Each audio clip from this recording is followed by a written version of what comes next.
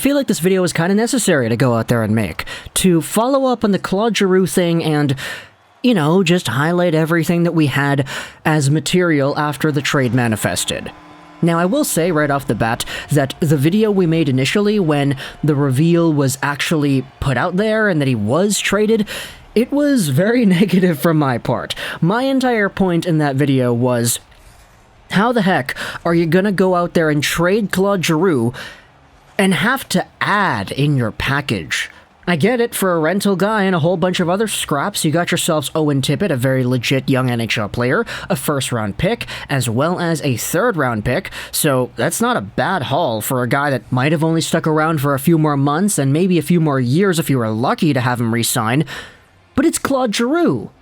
A lot of Flyers fans that I saw were also kind of exhibiting the same reaction to the trade. Okay, how do we trade Giroux? And we only got Tippett a first and a third. In fact, we have to add on the players that we are giving over to Florida. And I saw some people maybe going out there and saying that was a good thing, that German Rubtsov wasn't really the best player ever, and that, you know, it's a fifth-round pick, Connor Bunnaman not really all too important, and you know, the initial point still stands. I do think that for the magnitude of a player that Claude Giroux was for the Philadelphia Flyers, it's difficult to put a price tag on that and to actually have a team fulfill that price tag. If you're taking a look at it objectively, okay, Claude Giroux's a guy expiring, and he's gonna go away for a Tippett and a first and a third, that's pretty good. But when you remember that it's Claude Giroux, and this guy has been the face of the Flyers franchise for a decade plus, it all of a sudden becomes a lot more difficult to swallow. And so now, you take a look at what exactly happened in the Giroux trade, the fact that he did get traded over to Florida and that he wasn't traded to any of these other teams. We're making this video today because of a focus that I wanted to place on those other teams. Let's go over onto Ant Sanphilly's Twitter account, because what he did was he summarized a few of the interesting points that I wanted to highlight here. This initial thread from March 17th goes over the entire thing. Claude Giroux is not accompanying the Flyers to Ottawa. He is staying back while Chuck Fletcher puts the finishing touches on a trade. A deal is not yet final, but I'm told it's going to be with the Florida Panthers. He was right. The Flyers were considering offers from 4 teams: Florida, Boston, Colorado, and the New York Rangers. It is believed that Giroux nixed offers to New York and Boston. 2 days later, after this tweet was posted, Frank Seravalli had this to say. Sources say that Claude Giroux notified the Flyers he was only willing to accept a trade to the Florida Panthers. That was his team, the destination, and Florida knew that. I'm told the Flyers never engaged in conversation with the Avalanche, or any other team for that matter. You then had yourselves a reply made by Mary Clark. She works for the Win, a columnist for Crosscheck NHL.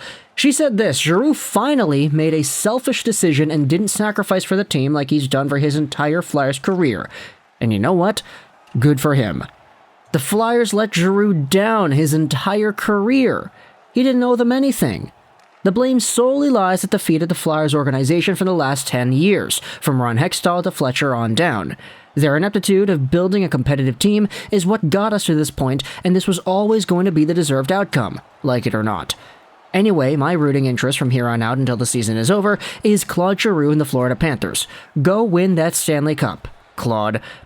And I love this perspective because it's mostly telling it like it is, how the Florida Panthers are giving Claude Giroux an opportunity to do something that he realistically hasn't had in 12 years. I mean, the bubble Flyers team was pretty good, but they kind of were underwhelming in the postseason, right? I had them winning my cup bracket in 2020, and if I didn't, I believe I had them making the finals at the very least. And so, Philadelphia has been so strange over the past few seasons. You always think to yourself, okay, yeah, they've got these young guys coming in here. They've got Morgan Frost, they've got Joel Farabee, they've got Jay O'Brien, you know, these random guys that they take in the drafts, and they're going to become good, right? But it never happens, and for Claude Giroux, he's been on the receiving end of that for a decade plus, and now you don't really know where Claude Giroux is going to re-sign next. Like, I get it, he's old, but he's not that old, he can still play. And so, when it comes to 2022-2023 for Claude Giroux, I don't know if he goes back to Philadelphia. I don't know if anybody else knows if that's a possibility either. I mean, it's certainly something that I think Flyers fans would want to see, but How often does that actually happen? Like, where a veteran player who is the face of a franchise goes to another team and he does well or he doesn't do well, who knows how well that new team does in the playoffs, and then he goes back to his old team. It's like Patrick Marleau, you had Antoine Vermette, I believe, who did that with the Coyotes, and what else? I mean, Luke Schenn kind of counts with the Canucks, but he's not that magnitude of a player now, isn't he? And so, when it comes to Giroux only picking the Panthers, it makes sense. You want to go out there and talk about him rejecting trades to the Rangers and the Bruins. I could totally understand this as well. I saw a lot of Flyers fans being super happy about that entire sentiment because, yeah, Philadelphia, New York, not the finest of teams right there. They don't really like each other. And so, for Claude Giroux up until the very end to go out there and say, yeah, no, screw the Rangers, I don't want to go there, let's go to Florida instead. I saw a few people reacting to this in a negative way. If you want to go out there and make a trade for Philadelphia and you want to get these assets, the first round pick, the prospect, and everything, I think it's fair to say that New York could have provided a better package than the Florida Panthers were able to provide. Nothing against Owen Tippett and the package that Bill Zito was able to muster up, but if you're talking about draft picks, New York's draft picks are going to be more valuable. You talk about the young guys, you talk about the prospects, and I do believe the Rangers have a better, younger core than the Panthers did, even before that Giroux trade. And the fact that the New York Rangers still have a whole bunch of cap space probably would have made it easier for Giroux to go over to that team and for them to shell out a little bit more. He said no.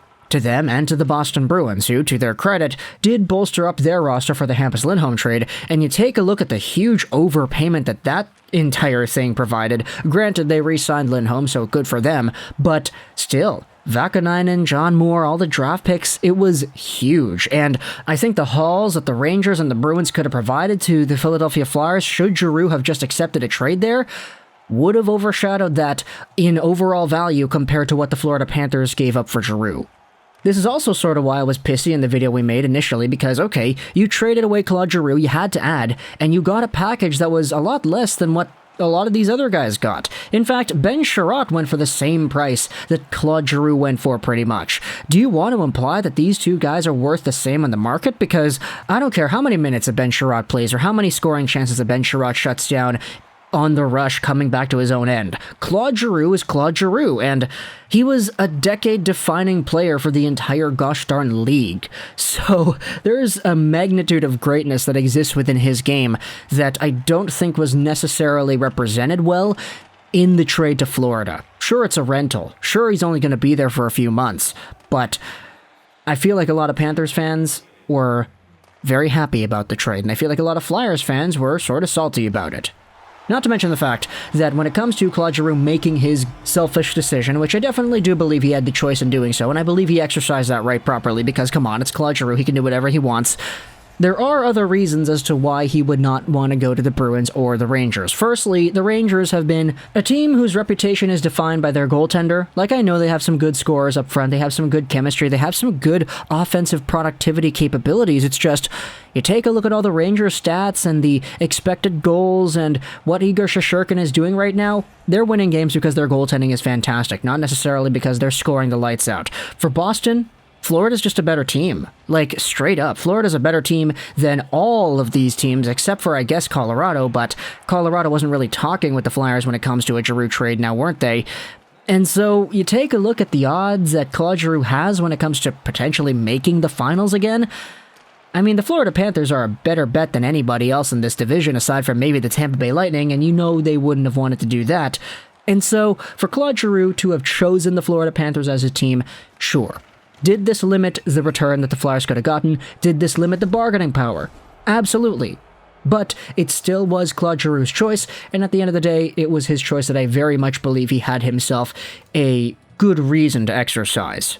Let's go over one more tweet here from yesterday, actually, from Greg Wyshynski. As mentioned on ESPN's NHL trade deadline coverage just now, Claude Giroux's agent Pat Brisson denies a report that Giroux would have expanded his trade options if he was assured another contract with the Flyers next year. There's no such thing. It was a straight trade based off the fact that Claude is going to be a UFA this summer and wanted to have an opportunity to go win the Cup. We will reevaluate everything at the end of the season for next year. And you know what? Claude Giroux has been screwed over multiple times by the Philadelphia Flyers and the way that this team is able to go out there and make their postseason runs. And so if Giroux just decides once the offseason concludes, or once the playoffs concludes and the offseason starts, hey, I like this Florida team. Let's stick around here.